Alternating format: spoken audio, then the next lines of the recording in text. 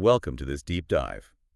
Today we're getting into something that, well, it sounds simple, but it's actually incredibly powerful.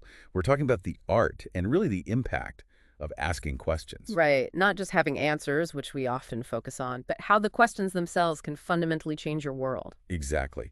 And our guide for this exploration is a piece by Rui Zhi Dong called 51 Questions That Changed My Life. Mm-hmm.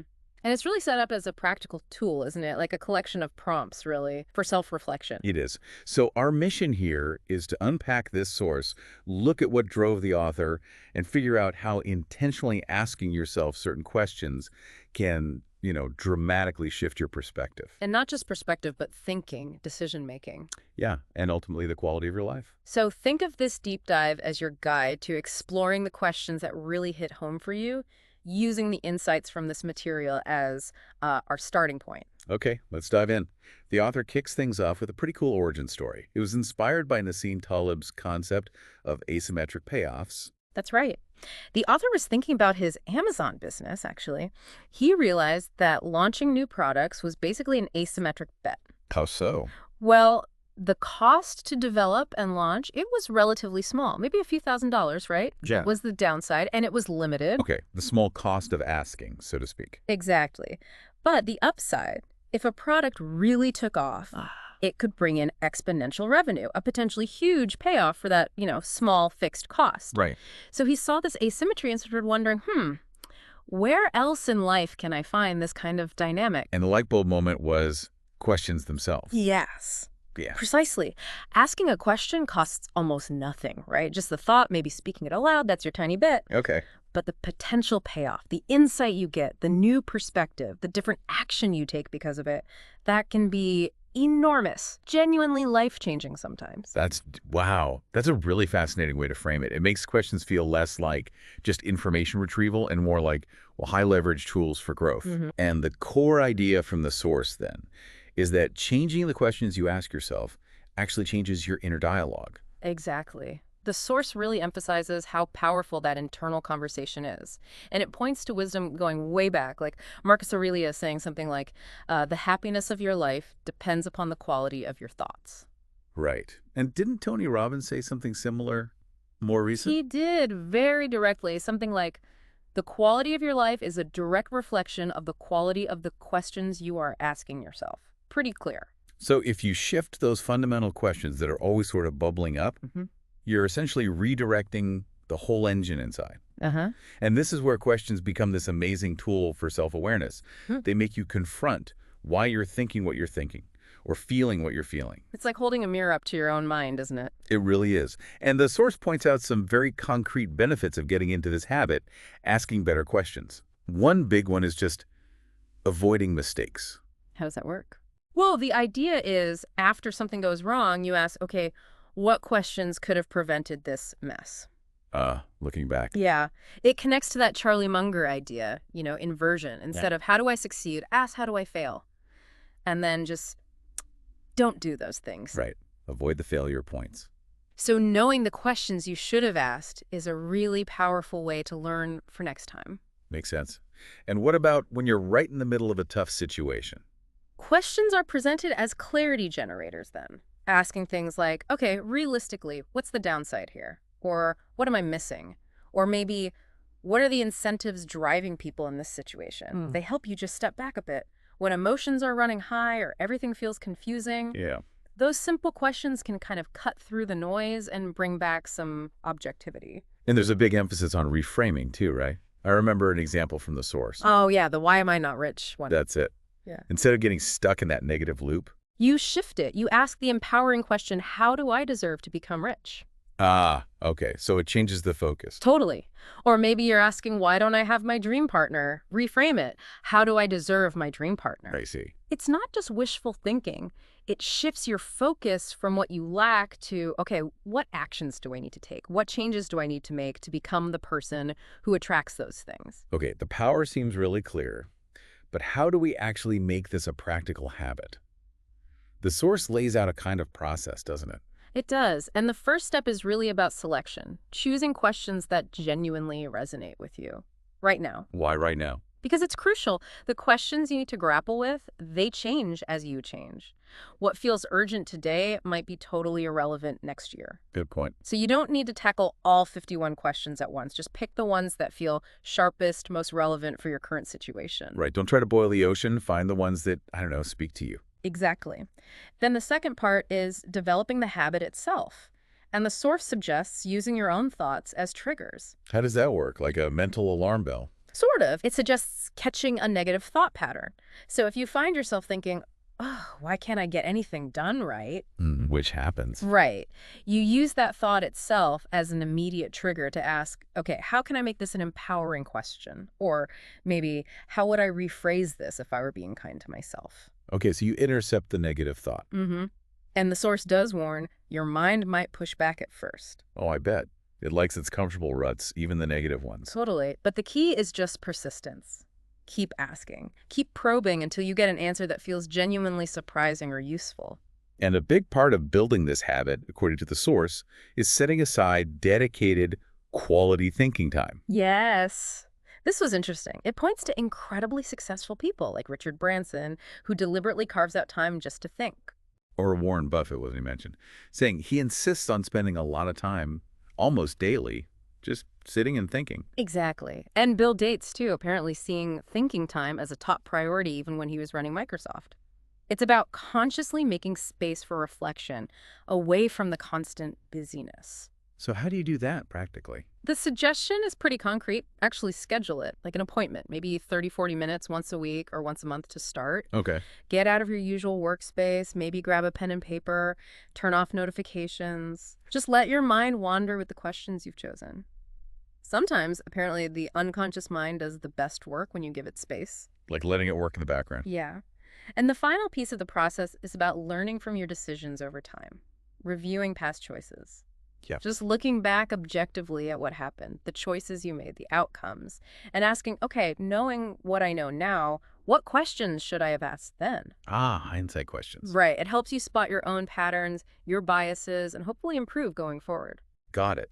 So the source then helpfully organizes these questions in different categories, right? Gives us a framework. Let's maybe walk through some standout examples from each area. First up was know thyself. These are the big ones, really. Questions aimed at understanding your core. Priorities, values, beliefs. A really simple but profound one is just, what's the most important thing to me? Seems basic, but...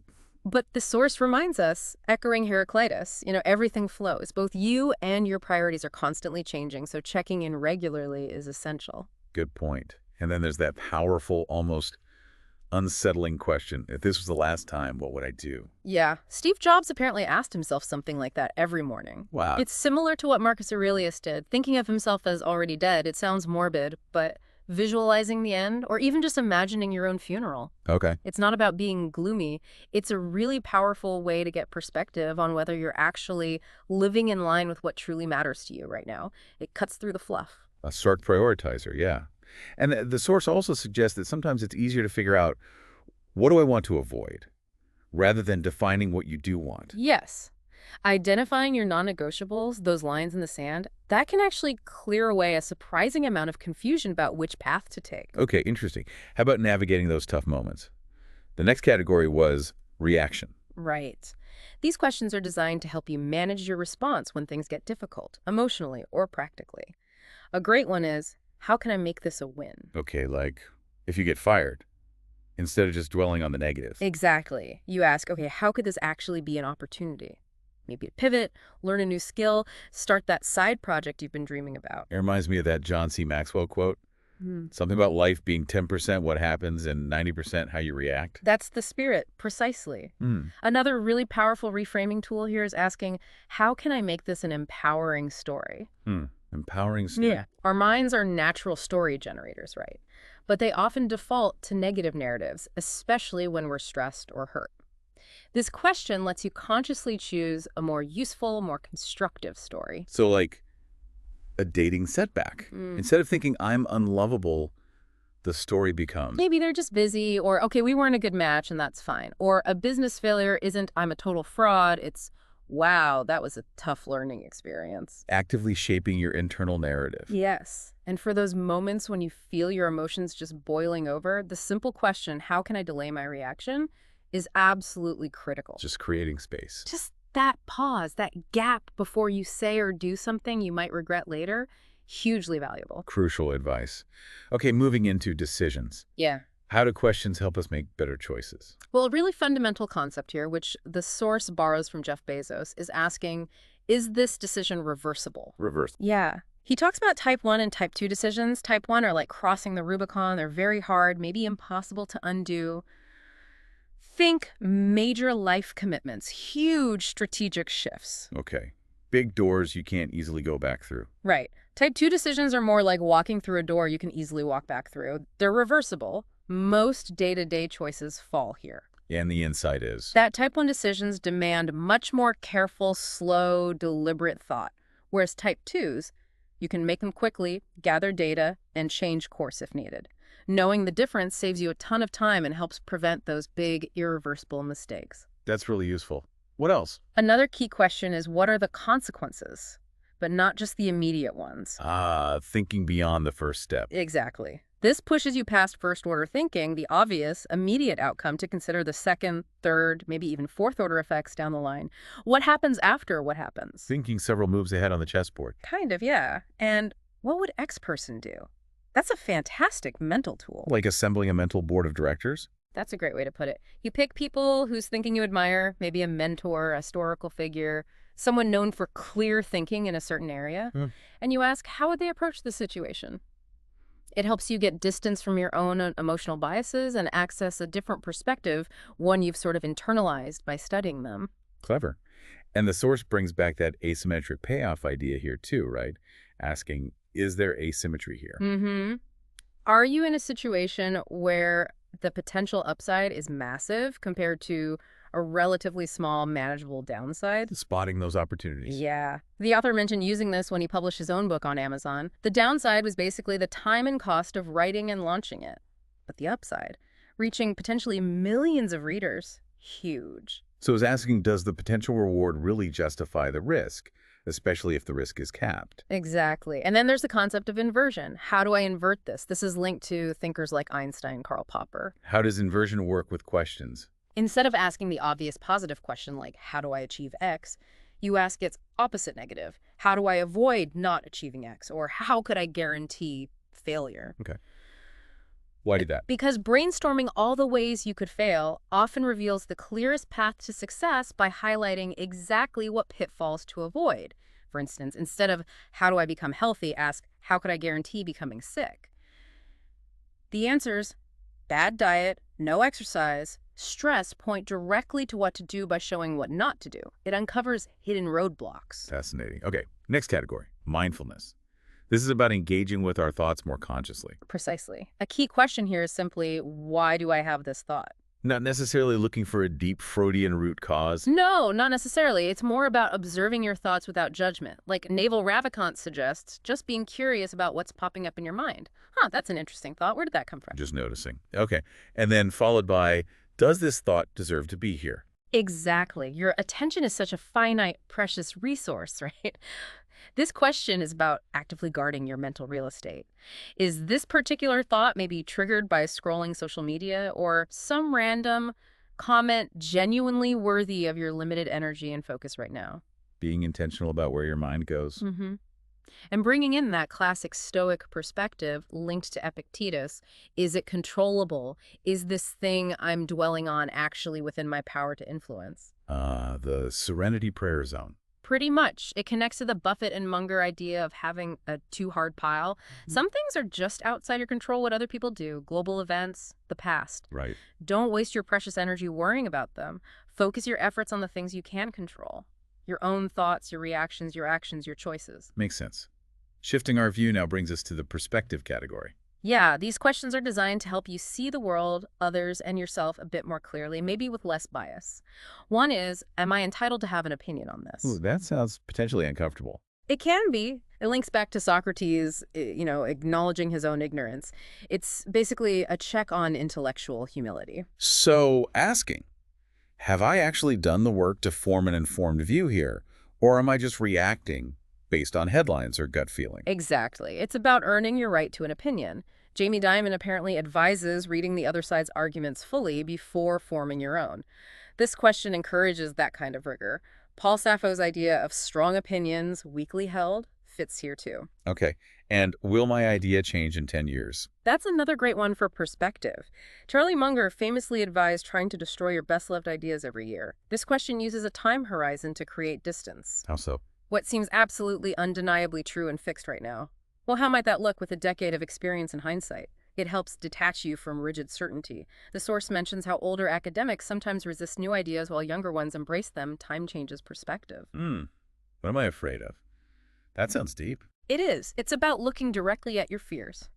Often, as Henry Ford observed, the things we fear doing are the very things that hold the key to growth, stepping outside the comfort zone. So shining a light on the fear itself. Yeah. Often just naming the fear, asking what specifically you're afraid of happening, can reduce its power or show you what underlying belief you need to address. It points towards where growth might be possible. And in today's world, is it signal or noise? Feels incredibly relevant. No, absolutely essential. With the constant flood of information, can you filter out the short-term chatter, the drama, the distractions, the noise, and focus on what truly matters in the long run? The underlying trend. The signal. Okay, focusing on long-term investment principles instead of daily market swings. Exactly. The source uses the Stanford $5 challenge example. The winning team realized the real asset wasn't the $5 noise, but the value of their presentation time to potential employers. And Andrew Grove's idea of watching for faint blips on the radar that signal major strategic shifts. It's about strategic filtering. Got it. Okay, let's move to relationships. This covers connections with others and also with ourselves, right? A key one is, where's my tribe? Tribe. It taps into that idea. You know, you become the average of the 5 people you spend the most time with. This question prompts you to reflect. Are the people closest to you actually supporting your values, your aspirations? Are they lifting you up? Check on your social environment. Yeah. And closely related is, do I surround myself with inspiring people? The author shared a cool personal story about this. Oh, yeah. He consciously wrote down an intention to meet Mark Manson, someone whose work inspired him, and then through a series of events, it actually happened. It illustrates the power of being intentional about the kind of energy and people you want in your life. Interesting. What about, why am I judging? It sounds like turning the lens inward. Very much so. The source proposes using your judgment of others as a trigger for self-reflection. When you have a strong negative reaction to someone else's behavior or traits, often it reveals something about you. Maybe you're judging a quality in them that you secretly struggle with. Or maybe it highlights one of your own insecurities or unmet needs. It's a mirror. Okay, that's insightful. And what else could this mean?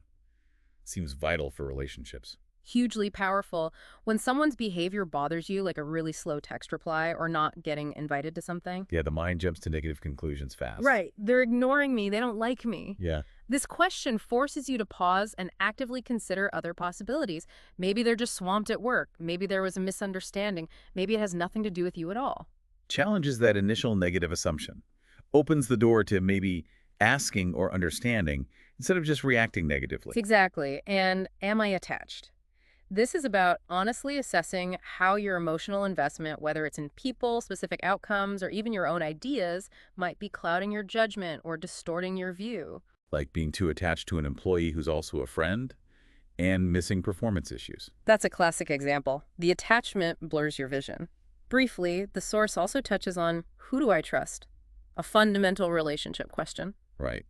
Okay, finally, the play category. This sounds more about engagement and growth. Yeah, effectiveness, growth, making things happen. What's the one thing is a great one for focus. The one thing, like the book. Similar principle. What's the single most important thing I could do today that would have the biggest impact or make me feel the most satisfied? It helps you avoid just being busy and actually focus your effort where it counts. Cutting through the trivial many for the vital few. And what about procrastination? We all struggle with that. The question here is, how can I make this feel easy? Make it feel easy, even if it's hard. It's about breaking down those daunting tasks, the ones you keep putting off, into ridiculously small, almost laughably achievable first steps. Like, instead of write the report, it's just write one paragraph. Instead of go for a run, it's just put on your running shoes and jog for 1 minute. It lowers the barrier to starting, and starting builds momentum. The tiny habits approach. Exactly. Then there's, where do I have leverage? This connects back to Naval Ravikant's idea that we live in this age of, well, almost infinite leverage. Leverage through. Tools, software, systems, capital, media, training people. It prompts you to ask, how can I multiply my efforts? How can I achieve more with less direct time input? The author used his YouTube channel as an example, leveraging a platform to build connections far beyond what he could do one-on-one. Find your force multipliers. And am I operating within my zone of genius? Zone of genius. Yeah, it draws on ideas like Tom Watson's Be Smart in Spots and Stay There, or Warren Buffett's famous Circle of Competence. Are you focusing your energy primarily on your core strengths, the things you're uniquely good at and energized by? Or are you spreading yourself too thin in areas where you're just average? Play to your strengths. Basically, yes. And finally, a really powerful question that links desire to action. How do I deserve this? Deserve. How does that work? It's about recognizing that achieving significant goals, whether it's wealth, a dream relationship, a major career milestone, isn't just about wanting them really badly. It's about becoming the kind of person who earns or deserves those things through consistent effort, learning, growth, and contribution. So less like winning the lottery, more like building the foundation. Exactly. Yeah. Lottery winners often lose it all because they haven't become the person who can handle wealth. This question pushes you to think about the actions and character development needed to sustain the success you desire. Become the person who deserves your dream relationship, your dream career. Wow, that's a lot to think about. But the overarching message seems really compelling. Throughout the source, it keeps coming back to this idea that having great questions is actually far more valuable than just having great answers. Absolutely. Answers can be static, right? Tied to a specific moment or context. But questions, they're dynamic. They're the tools that unlock continuous learning, deeper understanding, ongoing improvement. Questions are really the engine of growth. So as we wrap up this deep dive into Rui Zhi Dong's 51 questions that changed my life, the main takeaway seems to be this: consciously integrating powerful, resonant questions into your daily life. Across all these different areas, knowing yourself, managing reactions, making decisions. Cultivating mindfulness, broadening perspective, building relationships, fostering growth. It's a really practical, high-leverage way to navigate life with, well, greater self-awareness and maybe just more effectiveness. Definitely. And if any of these questions we've talked about really resonated with you listening, the invitation from the source is pretty simple. Just start small. Yeah, don't feel overwhelmed. No, pick just one or two that really stood out, that felt important for where you are right now. And maybe commit to trying some of that quality thinking time, right? Even if it's just, say, 15 or 20 minutes a week to start. Exactly. Dedicated time just to reflect on those chosen questions. It's not about finding perfect answers immediately. It's about engaging with the process of asking. So a final thought to leave you with, drawing from the source. What are the big questions that are currently driving your life? And perhaps even more importantly, what are the questions you might be actively avoiding?